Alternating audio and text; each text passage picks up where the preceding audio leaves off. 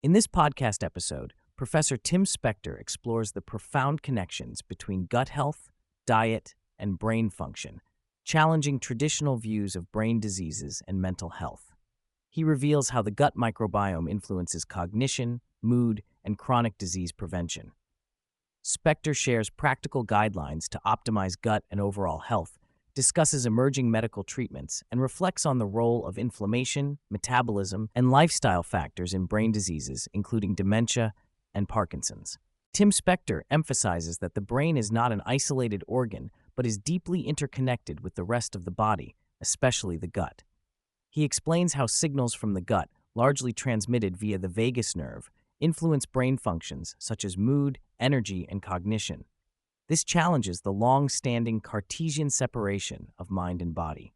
Spector details how inflammation and metabolic dysfunction in the gut can trigger brain-related disorders, including depression and fatigue, urging a holistic view of brain health. Spector discusses the rising prevalence of dementia, noting that it is increasing beyond demographic shifts like aging populations.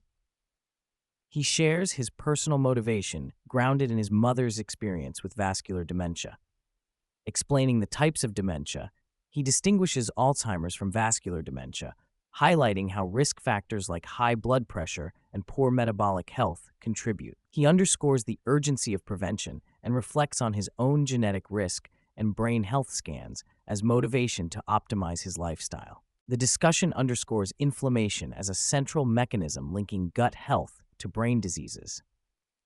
Spector introduces the concept that many mental health issues, including depression, are driven by immune system dysregulation, mimicking a constant state of threat or immune activation.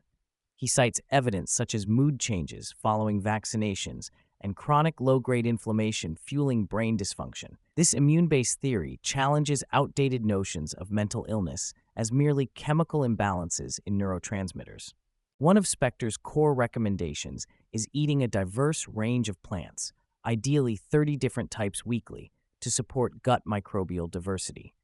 Different gut microbes specialize in metabolizing distinct plant compounds, which in turn regulate immune responses and reduce inflammation. He discusses how a lack of dietary diversity starves beneficial microbes while enabling harmful ones that thrive on processed and low-quality foods. This diversity is a foundation for a healthy gut ecosystem. Spector highlights fermented foods as critical for reducing inflammation and promoting gut-brain health.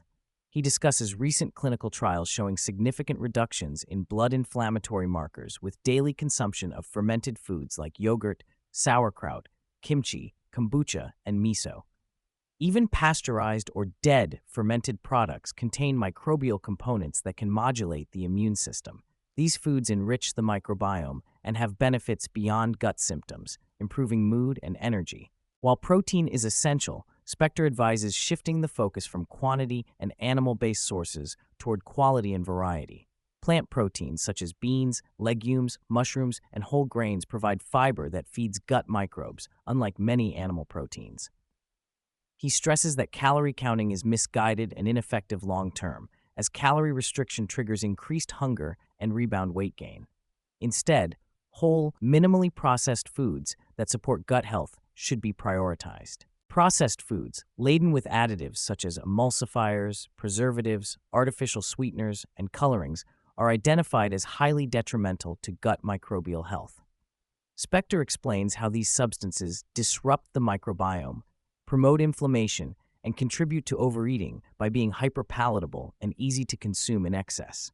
He contrasts this with traditional breads and whole food products that satiate better and support gut and brain health. Spector defends coffee as beneficial in moderation, showing epidemiological evidence linking 2 to 5 cups daily with lower heart disease risk and improved cognition. He explains that specific gut microbes thrive on coffee substrates, producing metabolites that benefit the immune system. Nuts, especially walnuts and almonds, are praised for their positive impact on brain health and mood, thanks to healthy fats and antioxidants. Polyphenol-rich colorful fruits and vegetables are also recommended for their gut microbial benefits. Drawing attention to the importance of circadian rhythms in gut health, Spector endorses time-restricted eating or intermittent fasting periods of 12 to 14 hours overnight. This practice promotes gut lining integrity, reduces inflammation, and allows microbial cleansing through natural daily cycles. Though not suitable for everyone, avoiding late-night snacking can significantly improve metabolic and brain health by supporting the gut ecosystem. Spector highlights emerging evidence that diseases like Parkinson's may originate in the gut via misfolded proteins and inflammation traveling along the vagus nerve to the brain. He expands this idea to other neurological disorders, emphasizing that metabolic diseases such as diabetes greatly increase brain disease risks. The gut microbiome's influence on systemic inflammation and metabolism thus becomes central to understanding and preventing complex brain conditions. Discussing large genetic studies, Spector points out the surprisingly low heritability of most brain diseases and the shared genetic susceptibilities across seemingly distinct conditions like bipolar disorder, schizophrenia, and Alzheimer's. This supports a unified model where brain diseases are systemic rather than isolated, reinforcing the importance of targeting metabolism and inflammation holistically rather than focusing narrowly on neurochemical imbalances. Spector addresses novel weight loss drugs such as GLP-1 receptor agonists, predicting they will revolutionize obesity treatment and impact brain health positively through metabolic improvements. However, he expresses concerns over unsupervised use without accompanying lifestyle changes and potential behavioral changes caused by altering basic drives. The importance of integrating medication with education and sustained dietary habits is emphasized. Sauna use and social interactions are discussed as part of Spector's personal regimen. Evidence suggests saunas improve vascular and brain health, while strong social bonds are critical to mental well-being and longevity.